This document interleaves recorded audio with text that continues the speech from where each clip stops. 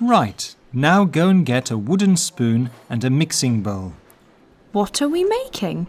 A filling to go with the peaches. It's made with eggs, cinnamon and crème fraîche. How many eggs do we need? 2 large ones.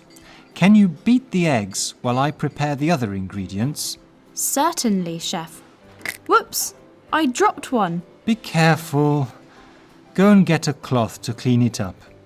You'd better get another egg too. Right, mix together the eggs, crème fraîche, cinnamon and sugar. And now what? Shall I pour it into the pastry case? That's right. Pour it over the peaches. Is it ready to bake now? Not quite. One more thing.